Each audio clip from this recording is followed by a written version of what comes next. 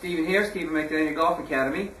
Today we are in my studio. It's pretty cold outside. March in Sweden is usually pretty cold. But today we're talking about finding the proper equipment for you. With my Titleist system here, we're going to be hitting a couple of drivers today. I'm also using my Flight Scope Prime. Hitting a couple of drivers to see which particular club would match my swing. I have a lot of students that come to me for golf lessons, and then what we find is that their equipment doesn't match what they're doing, and they oftentimes compensate their swing technique based off of their equipment. Today we're going to be starting with a Titleist 910 D3 driver. It's smaller than the D2 driver at 9.5 degrees. What's great about this Titleist system is that I can take the head off. You can see pretty easy here. We'll put this on the ground. Very important that we have this club on the ground just like this. I can take this head off, and depending on what I need, I can fit these little shaft rings to my ball flight. Okay, so we're going to be starting with A1. You can see here's the chart. A1 is the red. That's standard. So we're just going to put that right there. Find A1 on here. There's a ring that has A, B, C, D, and then there's a ring that has 1, 2, 3, 4. Put that on. Put it on the ground. As soon as I hear a click, I know it's ready to go. There you go. Alright, so we're going to give it a go. Have my computer going. Hit a shot. I've already warmed up, by the way.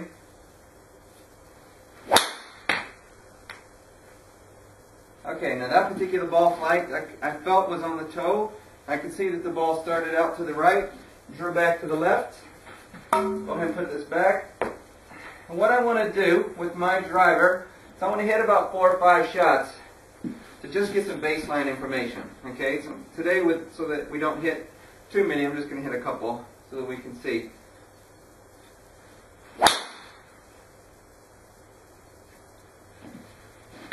Okay, that's a block, but better on the face there. So when we look at the information here,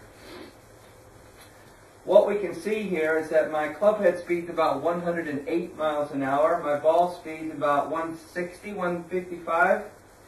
And we can see that my vertical launch angle is about 12 degrees. And what we want to try to do is we want to try to optimize launch angle with the spin. Okay, and then my spin with this particular club averages about 2,700 RPMs. Okay, so far this is looking pretty good. Total distance for this particular club, first couple of shots, is about 265. Okay, now if we were to change this, let's go ahead and take my wrench. Let's just say that the ball flight was too low, and I want to get a little bit higher ball flight. What we can see here is that here's A1. What we're going to do is we're going to go up here to D4, okay, and see if we can't get just a little higher ball flight. We're not going to change anything else. I like the spin on that the spin on the ball from this particular shaft. So we're just going to take this and we're going to go to D4 just to see. Maybe I was at 12, maybe I can get a little bit higher. Maybe I can get 12.5 degrees of launch. Let's see here. D4, move it over. Take this again. You can see that this process probably would have taken an hour. Taking the shaft out, re-gluing another shaft. But as they said, as I've heard online a couple of times, this particular head is almost like a tour van in one particular shaft, in one particular hosel. Tour van and a club. Okay, let's give it a go.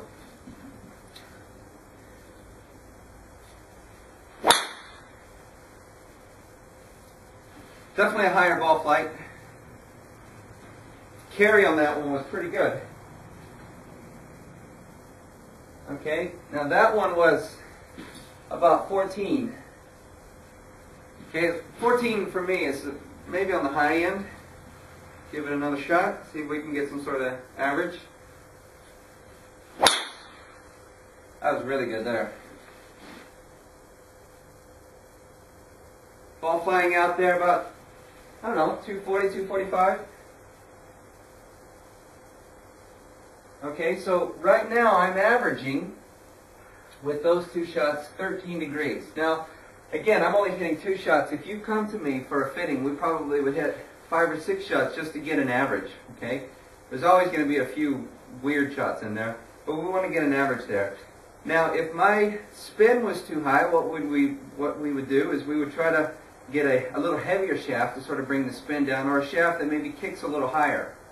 Okay, maybe my spin is too low. Maybe I hit the ball, maybe I got good technique and I hit the ball really low without much spin at all. Then maybe we're going to try a lighter shaft. Maybe we're going to try a shaft that kicks a little bit down here towards the hosel.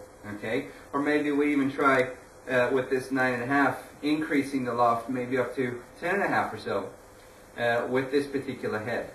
So there's tons of opportunities and tons of possibilities with this Titleist custom fitting system. So when you're out thinking about, does my clubs fit me, what I want you to do is go see your local PGA professional or your local Titleist fitter and just have a chat with him and say, you know, I heard about the new Titleist system and I want to go out and give it a shot to see if I can optimize my technique and capability in the club rather than trying to compensate to the clubs that I have today. Okay, if you have any questions, this is just a little bit of what custom fitting really is. It's you can increase distance, you can do everything with custom fitting. So if you have any questions, please email me, steven.mcdaniel@pgasweden.com. Visit my website, mcdaniel.com, and have a good day.